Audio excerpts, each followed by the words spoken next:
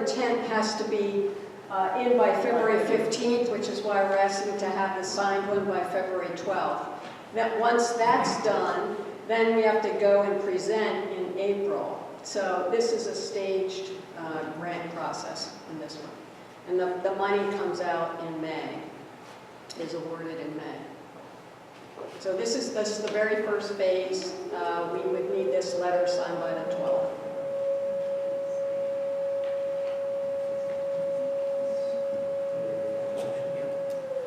Can I have a motion? Also move. A second?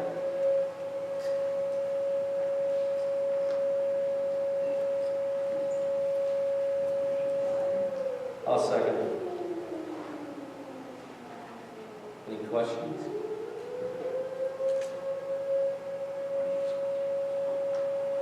Any in the audience? Questions?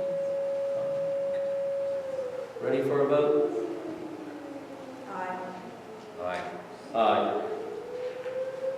And again, for clarification, for number 5, this is the MyCode 2040 grant. It has in parentheses a 20,000 match. Same idea. This is not committing the township tonight Correct. to match. The rest- Rather, it's a There is The resolution lists the matching, sorry. The resolution lists the matching funds that we have so far, and we're also declaring where we expect to get additional matching funds to get to that $20,000 that we need. Ideally, we'd like to have a commitment letter for the difference to get us up to that 20,000 in, work in kind or additional volunteers or donations. We'll be working to try to get that. But otherwise, we would submit the resolution with the intent that we will be getting additional dollars from donors or work in kind. I have a question that's a little separate from Yes. number 5. Okay, it's more for our engineer. Curious to learn with the work that's presented to us, are there things that we might be missing that our engineer needs to be looking at ahead of applying for one or more grants? Well, thank you for asking. Sorry. That's okay. I've been quietly jotting down some notes on the side here. Besides the fact that I think this is a great project, I really like what you put together here. I love that the rain garden offsets the loss of trees. I think it's fantastic. One of the things that I noted here was to check on the CVS agreement with the dedication of that park. I'm trying to remember, and it's been a lot of years, it's been 10 years, if there was some sort of a requirement that some visibility be maintained at the store, and whether or not that would be impacted just by a couple of trees. And I don't know that that's the case. It just seems something we should check on. And the connector back to the post office, you guys have been so thorough on this. I'm guessing you probably already talked to that property owner to find out. I think it used to be Mrs. Joe. I don't know if that's still the owner, to find out if they were agreeable with that connector. Oh, yeah, no, it's not me. It's the guy that owns post office. Okay, Yeah, but we- Okay. So just checking in with them. Right. And the other, I digress a little bit, but the other thing that I jotted down, it seems like it fell in line with some of the DCNR grants that I've been looking at lately. And you've done such a thorough job, you probably already looked at that. Yeah, the problem is the match on those is pretty extreme. Yeah, they had a small community one from 50% Yeah. match on the DCNR grant. They had a small community one that goes, you can go up to $60,000 and get up to $40,000 from them. And just like some of these other grants, you can use your volunteer time as match or a lot of these grant programs, as you probably know, you can use other grants as the income match. And again, those are all, where most of the money is for the rain garden. That's already handled by School SRRF grant. So, it's the MonCo 2040. Unfortunately, it pays for a lot of the stormwater management, gardening kind of stuff. So, the placemaker grant will give a little bit if we get that, but there's still more needed for that kind of stuff. we could reduce the Monco 2040, you know, with donation of some of this labor. We're already getting a lot of volunteer stuff, so we can just keep whittling away what we need for Monco 2040. And then perhaps join the grant application, I don't know. But there are other ways to get it. I'll conclude by saying you've done a great job for the investment. Thank you. And there are some aspects in the project which would probably require engineering oversight. There are footers for the bridge, there are footers for the gazebo.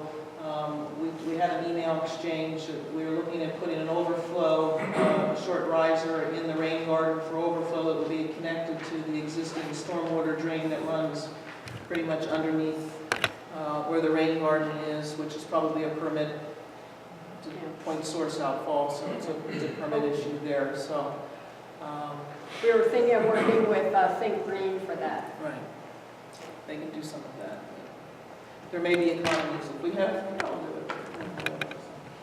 You're down for it. Thank you.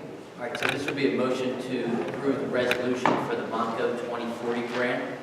Yeah, and that one, the resolution by February 25th, because we need that resolution by April 1st. So I'd like to know what you're proposing for a grant application. You put a question mark, what would be the amount of the grant? Well, just even today, we modified the Schuylkill River Restoration Fund because we're finding out, oh, we now can partner with the Master Watershed Stewards. We had a conference call today. So we upped the amount of money we're going with them, and we did line items for what we're writing in there. The Monco grant is everything left over that we haven't gotten yet. So we're looking at around 100,000 originally, but with all of the stuff that's coming together, we're probably going to go for less. Well, can you give us an amount because we're voting on Well, yeah, the resolution right now stands at 100,000, but or less? or less, yes.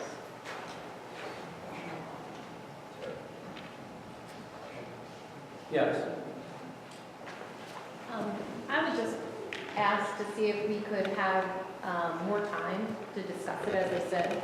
That if we could make both projects happen, I think that may be in the best interest of everybody involved. I mean, I think these two women here have had an amazing amount of information and expertise in planning these out. I do not. And I feel that I think both projects could benefit from the knowledge that they bring to the planning, and I just would like to explore the possibility to be able to combine those two projects, if at all possible, prior to making a decision. Well, the challenge you're both facing is the regulatory one first. Right. So if we take any more time, either applications will be submitted. I understand that, but I mean, I think it's worth a conversation to see if that's something that could happen. We've been talking about this sidewalk and potentially using this grant for, it was right around Halloween that I proposed this petition to the Board of Supervisors. It was, so we've been speaking about it for several months. I apologize, I wish we had a chance to talk about this sooner, because I think we both could benefit from not competing and really trying to make this entire community better, make it all better, right? And I think, I love what you're doing here. I would definitely want to make the community look better. If you have to pick tonight, I would just ask that you consider walking before we run, satisfying just some of the basic needs of the community, of safety. But I think if there is even a chance that we could do it all, because if we could use the contractor for the sidewalk, if we can take some donations for setting some of the footers or some of the paving in the, I think that's what somebody said earlier, some of the work that could be done in the garden, that I think we could get it within the budget of the grant. And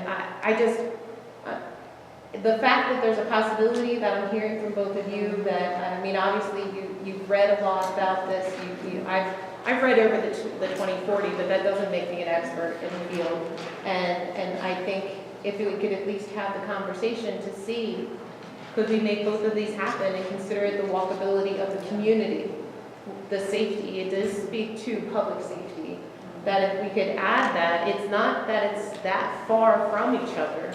We could say that it would continue, considering the fact that we could take Zieglersville Road, there's possibilities that could be considered in the future connecting the communities.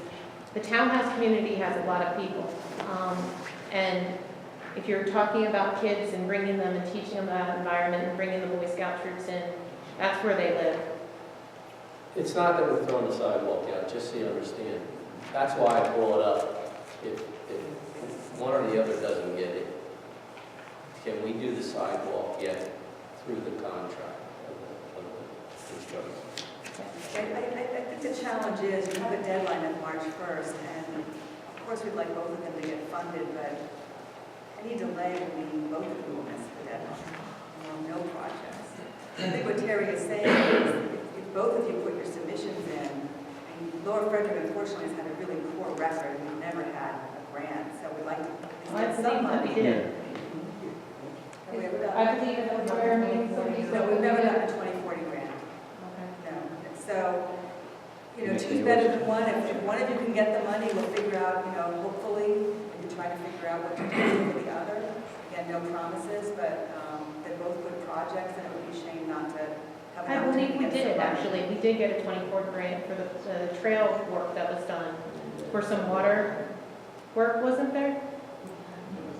We had previously talked about from some trail work that was done on, I can look it back up again, but. We've applied twice, Okay. and the first time was for a connector trail between the older community of Springmount and Village Drive through the basin area, and that was rejected. And the second time we tried for sidewalk along Springmount Road to form a connection from the trail to Perkiomen Avenue, and that also failed. So those are the two applications that were made, and both were rejected.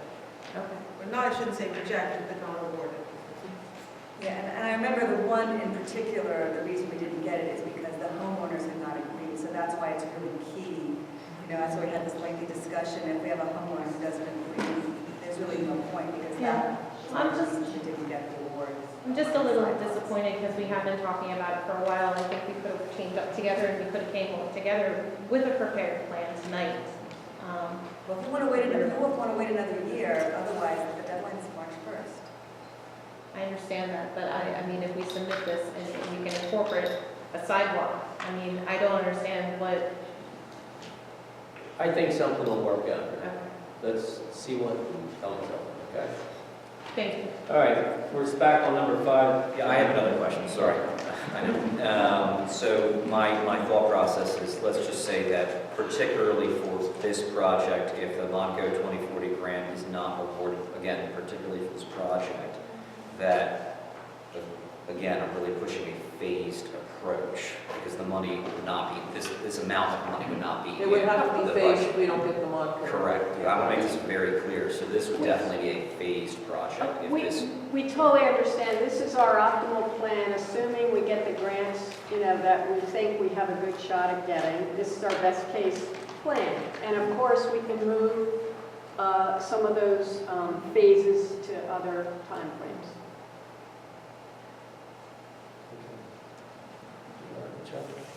I have a lot of All questions. right, number It's 5. better to ask the questions than not. So that's the motion to approve the resolution for the Monco 2040 grant as presented. Yes. A motion? Also move. A second? I'll second. Any questions? A vote? Aye. Aye. Aye. Number 6. Renaming CVS Park to Village Center Park. So I can't remember who, was it you, unicorn that said this park actually doesn't have a name, so. No, we just call it CVS Park because CVS is local. It's a CVS, but it's, the township never made an official name for it. So it wouldn't be renaming, it would be. Naming it, yeah, that's what it says there. I guess my question is, we have a few parks. How were they named? Except for Kite Park, how were the parks named? Did we have a process? Yeah, it was controversial. Well, the last one was anyway. Some of I them, don't the think it hurts to throw supervisors. the idea on the website and say, hey, if you have any opinions, share it.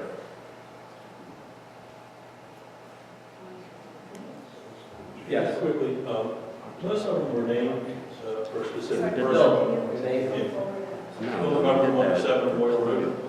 Most of the parks were named for individuals, like Floyd Park is a fireman that lost his life fighting a fire up on the Central Bridge. Cutting Park was the honor of our township manager, and that's why that was named that way. And basically, that was the idea. One thing you do want to consider, Al Manning actually provided that ground for that park. Originally, CVS was going to be right up against the road, the parking lot, and I was a supervisor at the time, and another one of the supervisors actually jumped out of her seat and said, we can't have that in the village. So we were going back and forth with CVS about it, and we said we should have some green area there. So in order to make everything work, Al Manning donated more ground. They didn't buy it from him, he actually donated it.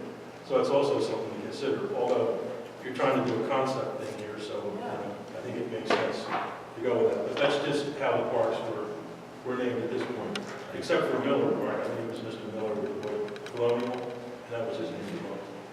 Well, can we table this and? Yeah, I have one idea, just triggered my mind, is how about we ask them for a donation? If we named it Manning Park, would anyone have an disagreement with that? If you donated money. If you're already paying a lot of money, I would make one suggestion. I would make one suggestion that I kind of know the people from Wawa, from dealing with them when it was built, and also CVS, we can deal with those people through Al Manning, and we might be able to get some donations through those people. That would be great. Yeah. Anything like that to help Yes. is fine. Well, then I'll touch base with you on that Wonderful, before I thank do you. that. Yeah, so you want to table it and ask the township manager to put the idea on the website? That's it. Remarks? That's what we're looking at. Number 6 will be tabled.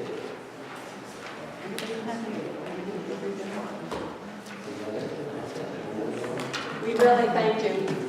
Thank you. You've done a nice, great job.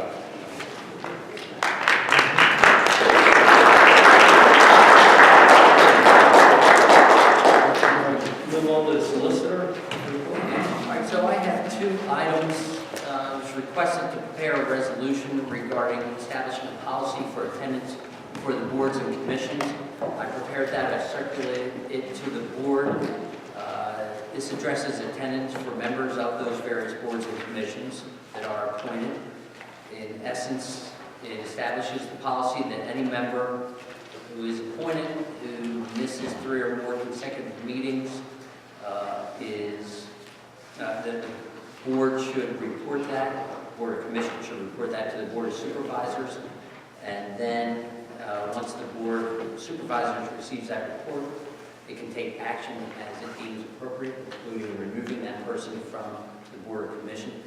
Once that action is taken by the board, notice would be given to the member who failed to appear, and they'd have 10 days to present whatever they want to present to the board. But presumably, if they miss 3 or more meetings, that they're not going to even respond. I'd like to add one other thing there that's not in there already, which is I would like to say this is 3 meetings or more without a reason. That is, if somebody has a serious illness, or if a family member has a serious illness, or if something has come up which is out of their control, I just think there's a difference between someone who's no longer interested and doesn't come to a meeting, between someone who's unable to attend a meeting but wants to continue on the board. And so that would make patent something that is, I guess, inferred, implied within here. which is the governing board or commission, wouldn't report up to the board of supervisors unless there was a problem. But we can make that But it might clear. allow for that. Yeah. So your motion would be to adopt that resolution with the addition that it's without, missing 3 or more consecutive meetings without a valid reason. Yes.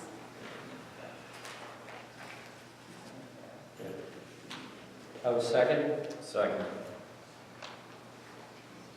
Comment? Made the motion? Yes, Marla made the motion. Thank you. Chuck second. Any questions? Public comment? Call for a vote? Aye. Aye. And the second matter I have is another resolution. This concerns the formation of the Strategic Planning Steering Committee. And this, Comprehensive plan, steering committee. okay, we have it set up as strategic planning, but you want to name it as? The comprehensive plan, steering committee is acting. It's a comprehensive plan, it's not.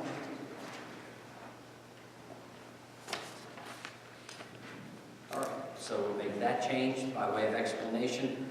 This simply memorializes and clarifies the role of that steering committee. I prepared the resolution, circulated it to the board. You'll note that it addresses, at Section A, the creation and recognition of that steering committee. Under B, it addresses appointment, term, and vacancy.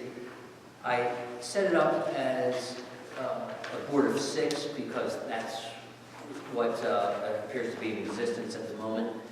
But certainly, the board of supervisors can vote to set it up as 5, 7, 9, whatever you want to do. So whichever way, whichever direction you would like 5. It currently is 5, is that correct?